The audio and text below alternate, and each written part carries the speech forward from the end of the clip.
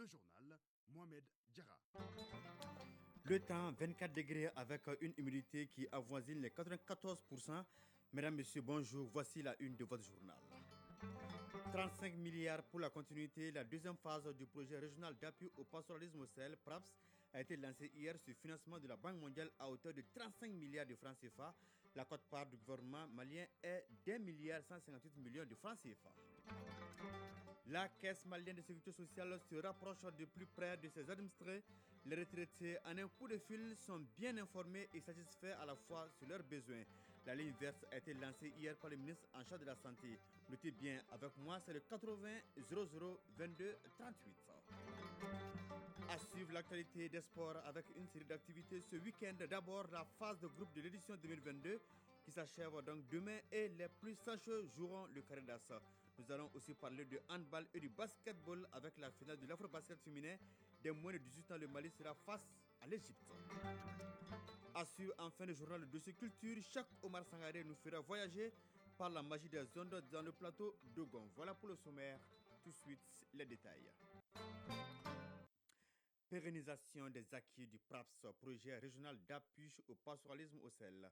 Le Mali bénéficie d'une deuxième phase. Le projet est financé par la Banque mondiale à hauteur d'environ 35 milliards de francs CFA en plus d'un apport du Mali d'1,158 milliard. Le PRAPS 2 a été lancé hier vendredi. Shell va booster la production pastorale malienne sur une période de 6 ans. Le point avec Salima Tadao. De 2022 à 2027, la deuxième phase du projet régional d'appui au pastoralisme au Sahel, PRAPS, sera exécutée. Elle concerne 459 communes et va permettre aux pasteurs et agro-pasteurs d'avoir accès aux services et moyens de production essentiels et au marché. Moussa Koulibaly, coordinateur du PRAPS 2. Pour le PRAPS 2, un regard sur le genre et sur l'inclusion sociale, aussi sur les services vétérinaires. En termes de santé animale, il s'agit principalement de lutter contre les deux grandes maladies animales, la peste des petits ruminants, la périopneumonie contagieuse bovine, appuyer le contrôle de cette maladie pour la maîtriser. Il est prévu même la formation de 31 docteurs vétérinaires. Et déjà le recrutement est lancé au niveau des postes frontaliers pour le contrôle des va-et-vient, la rentrée, la sortie des animaux, tout ce qui s'ensuit et des médicaments.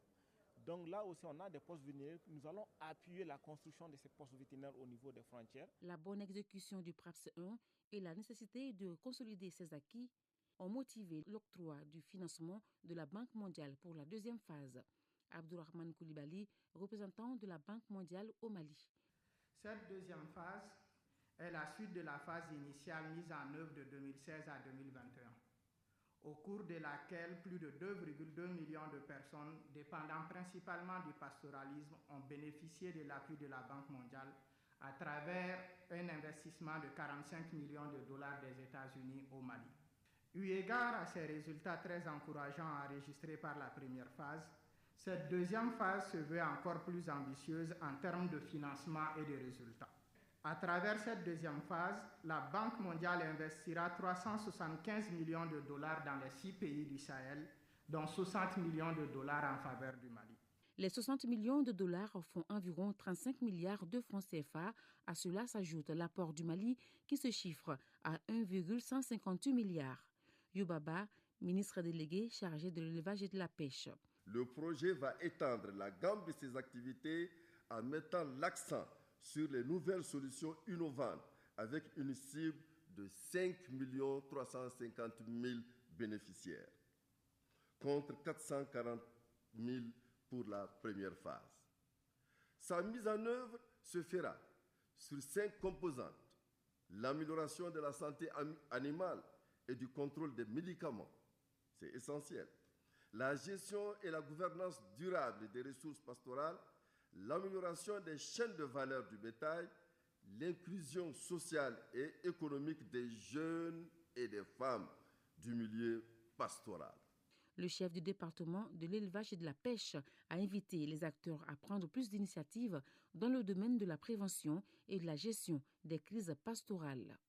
Oui, des initiatives ne manquent pas. Ouverture à Bamako du Forum national sur la chaîne de valeur des produits agroforestiers du projet Reverdir l'Afrique carinérée et du Cariti. L'objectif est de donner plus de visibilité aux efforts du gouvernement dans le domaine de l'agroforesterie. La cérémonie d'ouverture était présidée par le ministre de l'Environnement, de l'Assainissement et du Développement durable. Le point avec Aguibo Koulibaly.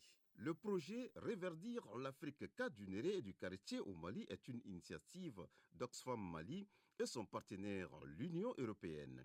Il vise à inverser la dégradation des terres parmi 500 000 ménages et sur 1 million d'hectares dans 8 pays d'Afrique subsaharienne. Il concerne 80 000 ménages et 160 000 hectares au Mali. Pierre Dambélé, secrétaire exécutif de l'ONG Sahel Eco. Ce forum en fait s'inscrit dans le cadre des activités que nous avons réalisées dans le cadre du projet Reverdir l'Afrique et qui avait 2 composantes. La composante action de reverdissement, tout ce qui est plantation d'arbres, et la composante développement des chaînes de valeur. Il faut que les paysans puissent avoir un bénéfice économique. Ce forum permettra aux acteurs du secteur d'échanger sur les principales actions soutenant la chaîne de valeur, les possibilités d'y accéder, le financement et le partage d'expériences sur la transformation, la labellisation et l'accès au marché, les opportunités et principaux défis du Néré et du Carité. Soumela Sogoba, responsable influence et engagement citoyen à Oxfam Mali. Valoriser les produits venant des arbres. Donc quand on valorise les produits venant des arbres, donc il y aura un intérêt croissant pour planter, pour préserver ces espèces, pour permettre aux producteurs et à tous les acteurs aussi de faire en sorte que la matière première puisse être là à travers les arbres. Ibrahim Touré, représentant de Sifor ICRAF. On sait déjà qu'avec le karité, le Mali fait partie des plus grands producteurs dans la sous-région. On sait que le karité aussi, le Mali répond à peu près à 20% de la demande globale du karité. Le néré, c'est pareil, c'est des produits qui sont prisés au-delà des frontières du Mali. Donc nous avons jugé nécessaire de faire appel aux différents acteurs qui puissent contribuer à soutenir cette chaîne de valeur-là. Occasion pour le ministre en charge de l'environnement d'exhorter l'ensemble des acteurs et partenaires à prospecter également la filière de la gomme arabique et de la noix d'acajou. Modibo Kone, ministre de l'Environnement, de l'Assainissement et du Développement durable. Nous avons beaucoup d'espace ici qui ne demandent qu'à chercher des plants et qu'à les mettre sous terre et à participer contre la déforestation, mais aussi à faire en sorte que nous puissions améliorer notre pluviométrie.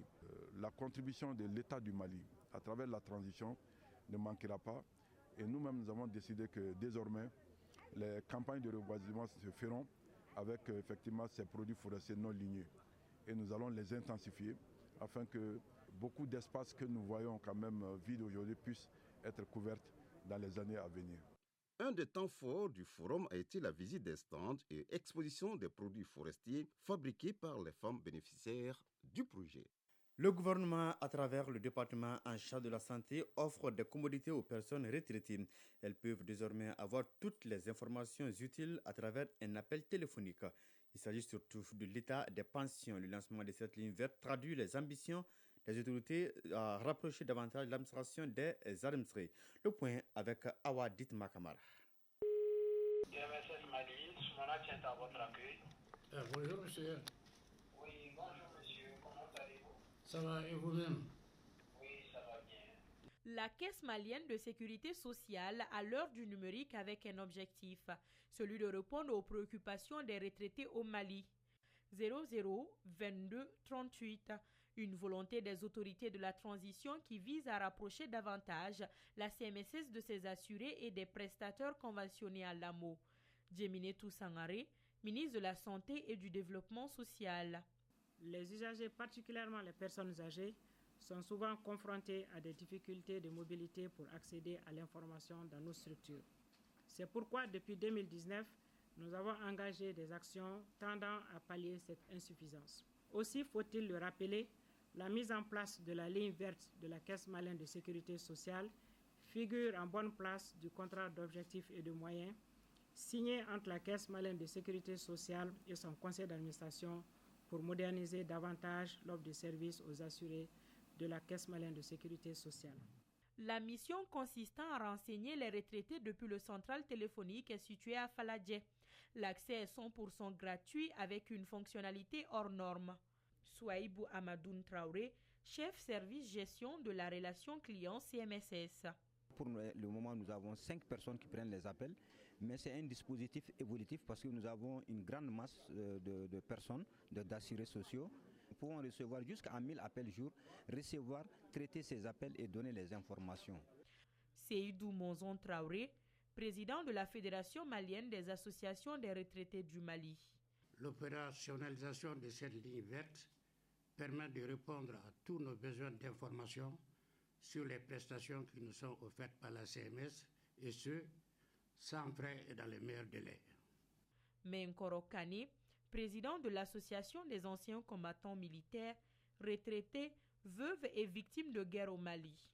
Cet outil que vous venez de mettre à notre disposition nous sera très bénéfique car en plus des informations gratuites et à temps réel dont nous pouvons disposer, elle nous évitera des déplacements inutiles et coûteux. Cette initiative fait partie des différentes réformes entreprises par les responsables en charge de la santé. Djemine Toussaint-Aré, ministre de la Santé et du Développement social. La ligne verte va permettre de façon significative à améliorer la qualité de l'information à l'endroit des assurés, traiter de façon diligente toutes les réclamations adressées à la CMSS à partir du front office, s'inscrivant ainsi en parfaite cohérence avec les orientations du président de la transition chef de l'État, le colonel Assimi Goïta, et du premier ministre chef du gouvernement, le Dr Choguel Kokala Maïga.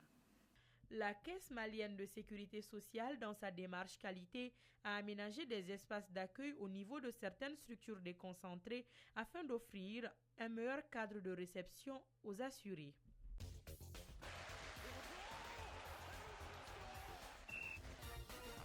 Dans d'autres formes de transition, nous abordons la page des sports de cette édition et c'est avec l'inconditionnel Famoudou Dioté. Bonjour. Bonjour Mohamed Diarra. Oui, les basketteuses font rêver avec des scores fleuves aujourd'hui. Cet après-midi, la finale de l'Afrobasket féminin des moins de 18 ans oppose le Mali et l'Égypte. Et ce sera à 14h30 GMT. Les Maliennes sont en quête d'un 8e titre. Quant aux Égyptiennes, championnes en titre, elles visent un 3e trophée après 2010 et 2020. Diana El Alfi de l'Égypte et Maïmouna Aïdara du Mali seront les deux joueuses à surveiller comme du lait sur le feu, d'un côté comme de l'autre. Elles tournent autour de 25 points par match depuis le début de la compétition. Le Mali et l'Égypte représenteront également le continent à la prochaine Coupe du monde féminine des moins de 19 ans qui se tiendra l'année prochaine en Espagne.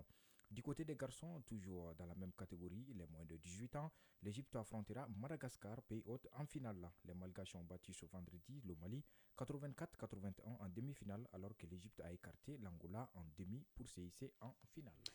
Félicitations déjà aux nôtres et bonne chance pour la suite. Handball, les championnats nationaux se poursuivent au stade Maodo Konaté. Quelles sont les affiches? C'est la 4e journée qui se poursuit exactement sur les deux tableaux.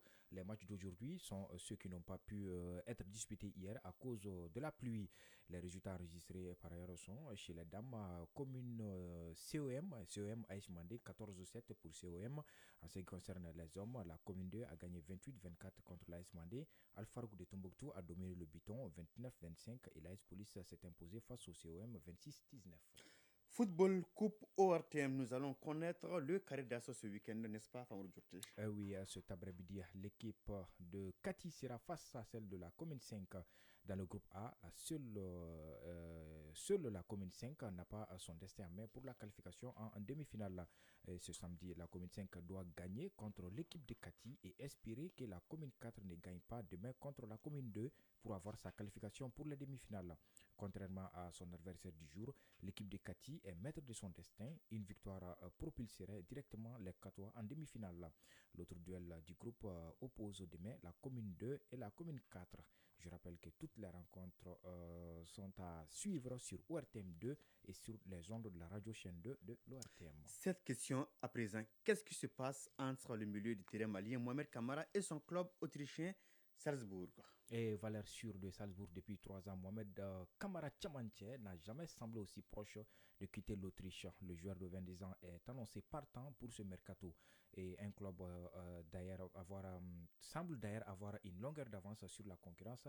Selon les infos du quotidien français, l'équipe Monaco est proche de trouver un accord avec Salzbourg pour Mohamed Kamara.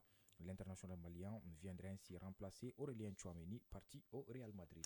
France Football a dévoilé hier vendredi la liste des 30 nominés pour le Ballon d'Or 2022, double tenant du titre et 7 fois vainqueur il n'est pas de la compétition. Et, Messi. Oui, c'est ça l'événement même de cette information. Pour la première fois depuis 2005, Lionel Messi est absent de la liste de 30. L'Argentin double ballon d'or en titre et 7 fois vainqueur de la prestigieuse distinction paie son adaptation difficile au PSG. Auteur seulement de 6 buts en Ligue 1, il a aussi connu une élimination piteuse en huitième de finale de Ligue des Champions. En revanche, son éternel rival Cristiano Ronaldo est présent dans la liste des nommés.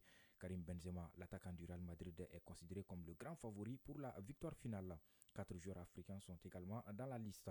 Il s'agit du Sénégalais Sadio Mané, de l'Égyptien Mohamed Salah, de l'Algérien Riyad Mahrez et de l'Ivoirien Sébastien Haller. C'est là le charme du football. Merci bien Famoul Dourté pour toutes ces informations sportives.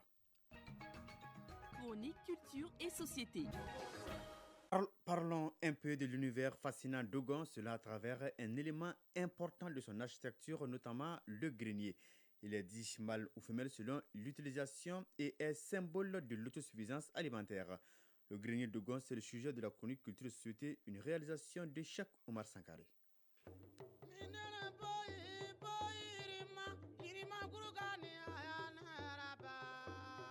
Les Dogons habitent généralement un territoire rocheux et montagneux. Leur installation dans cette région inhospitalière se justifie par une volonté de prendre des positions plus défendables face aux razzias et guerres de l'époque.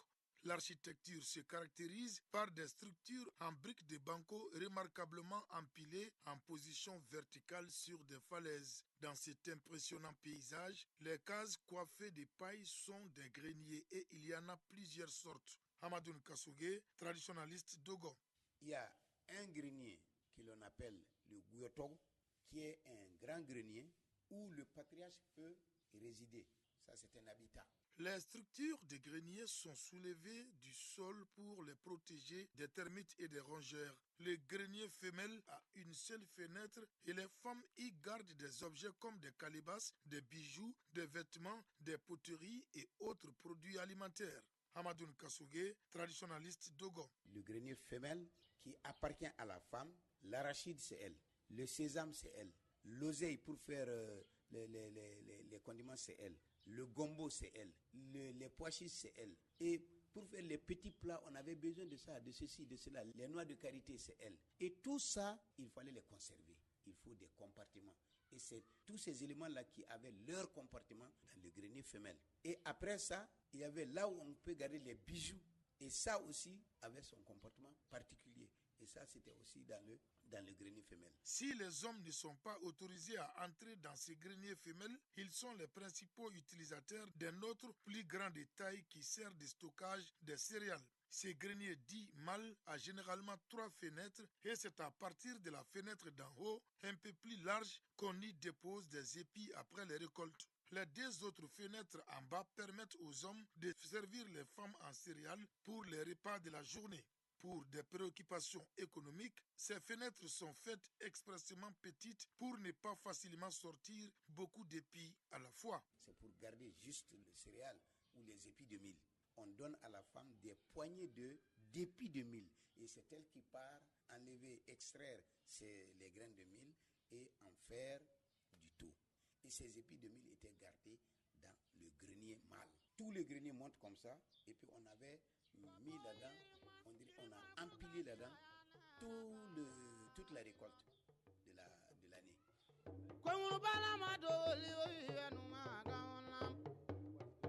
Et souvent, la richesse ou la fortune d'une famille était jugée en fonction du nombre de greniers où on garde les épices.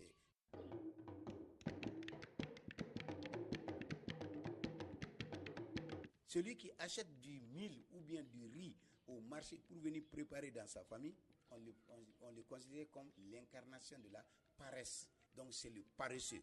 Et ce paresseux, il ne peut jamais nourrir qui que ce soit. Il ne peut même pas nourrir sa propre personne à plus forte raison des épouses qui viennent. Donc c'est comme ça qu'ils l'ont parlé. Et la personne ne pourrait jamais aller demander la main d'une fille pour son garçon, pour sa progéniture. Non, ça ne se faisait pas. À bientôt pour un autre voyage dans l'univers fascinant d'Ogon.